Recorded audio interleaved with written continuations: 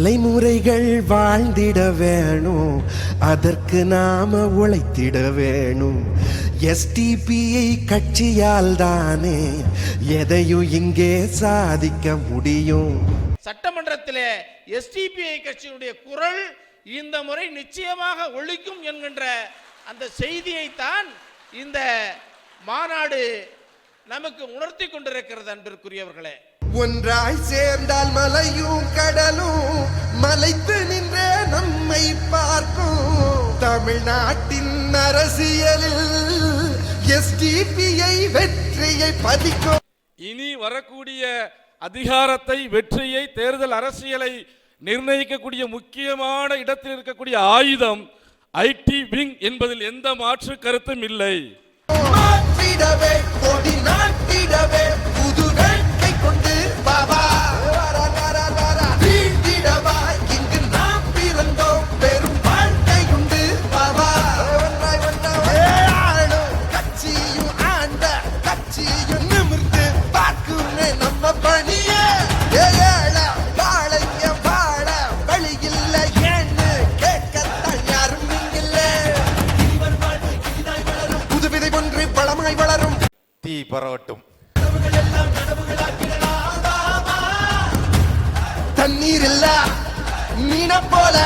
வரலாற்று சிறப்பு மிகுந்த நாளைய எஸ்டிபிஐ கட்சியினுடைய வரலாற்றிலே குறிப்பிடத்தகுந்த இடத்தை பெறப்போகிற ஐடி விங்கினுடைய மாநாட்டை இன்றைக்கு ஒருங்கிணைத்திருக்கிறார்கள். எஸ்டிபிஐ கட்சியினுடைய ஃபயர் ஃபைட்டர்ஸ், எஸ்டிபிஐ கட்சியினுடைய டிஜிட்டல் வாரியர்ஸ் இன்றைக்கு திரண்டு நிற்கிறீர்கள். கலநாயகனாக இருக்கிற எஸ்டிபிஐ கட்சியினுடைய தீயாய் தமிழகம் எங்கும் பரவட்டும்.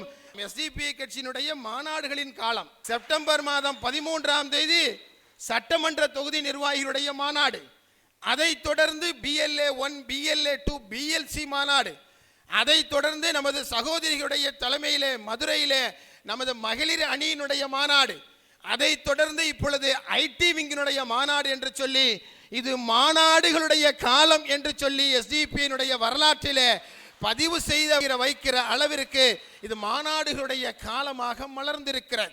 பேரறிஞர் அண்ணா எப்படிப்பட்ட ஒரு சமூகத்தை உருவாக்க வேண்டும் என்று சொல்லும் பொழுது சொல்லி காட்டுகிறார், தமிழன் யாரையும் தாழ்த்தாமல் யாருக்கும் தாழாமல், அதே போல யாருக்கும் அடிமையாக இல்லாமல் யாருக்கும் எஜமானனாகவும் இல்லாமல், யாரையும் சுரண்டாமல் யாராலும் சுரண்டப்படாமல் ஒரு தன்மானமான தமிழனாக வாழ வேண்டும் என்று சொல்வதுதான் என்னுடைய இலக்கு என்று சொன்னார்.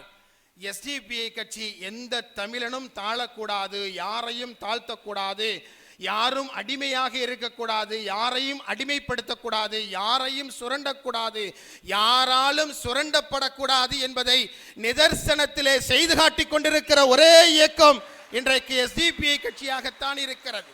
அரசியல் என்பது ரத்தம் சிந்தாத யுத்தம், யுத்தம் என்பது ரத்தம் சிந்தும் அரசியல் என்று மாவோ சொல்லி காட்டினார்.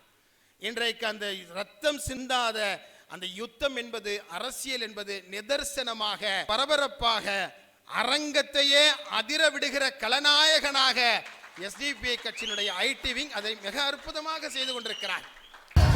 கண்ணீரோடு துடிப்பதனோ மண்ணில் நாமோ மனுஷங்கதா அடிமை போல